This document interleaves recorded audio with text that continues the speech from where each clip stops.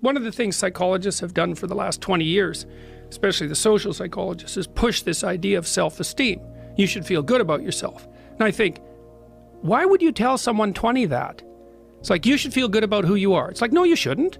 Why should you feel good about who you are? It's like, you should feel good about who you could be. That's way better, because you got 60 years to turn into who you could be. But wait a minute. Are you what your accomplishments are, or are you this individual going through this journey? I mean, I don't think there's anything wrong with feeling good about who you are, as long as it's tempered by an understanding of potential and what you have accomplished versus what you can accomplish. Well, I think having confidence is a big part of it. It is. And I'm not saying that people shouldn't have confidence, but like often you take young people, say they're 16 to 22, and they're not really feeling that good about who they are. Right. Because their life is chaotic and in disorder, and they don't know where they're going, and they don't know which way is up. You should treat yourself as if you're valuable, especially in potential, but you should concentrate on who you should become, especially if you're young.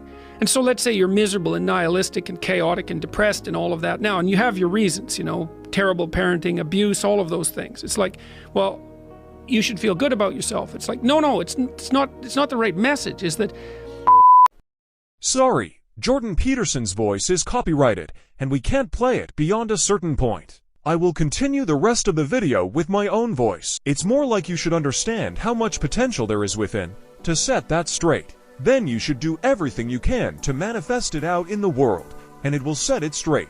And that's better than self-esteem. It's like you're in a crooked, horrible position. Okay, fine. There's a lot of suffering and pain associated with that. Yeah, you can't just feel good about that because it's not good, but you can do something about it. You can genuinely do something about it. And I think all the evidence suggests that that's the case. Yes, so I'm telling young people, look, there's no matter how bad your situation is, not going to pretend it's okay. It's not okay. It's tragic, tainted with malevolence. And some people really get hurt by malevolent people, like, you know, terribly hurt. Sometimes they never recover. It's really awful, but there's more to you than you think. And if you stand up and face it with a positive, noble vision, with discipline and intent, you can go far farther to overcoming it than you could imagine. And that's the principle upon which you should predicate your behavior.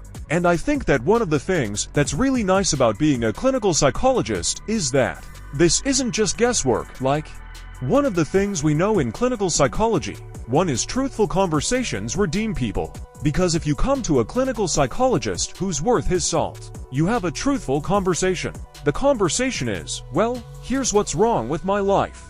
And here's what caused it. You know, maybe it takes a year to have that conversation. And both of the participants are doing everything they can to lay it out properly. Here's how it might be fixed. Here's what a beneficial future might look like. And so it's a completely honest conversation, if it's working well. And all that's happening in the conversation is that the two people involved are trying to make things better. That's the goal. Let's see if we can have a conversation that will make things better, okay? So we know that works. It does make things better. And then another thing we know is that, well, let's say there's a bunch of things that you're afraid of that are in your way.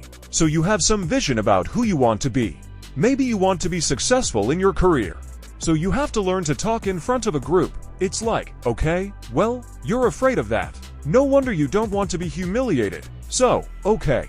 So what do we do about that? Well, maybe we first get you to speak in front of one person, and then 3 people, you know, for 5 minutes, and then for 10 minutes, like, graduated exposure to what you're afraid of. Voluntary graduated exposure to what you're afraid of is curative, and that's true, it works. The documentation is there, it's how people learn.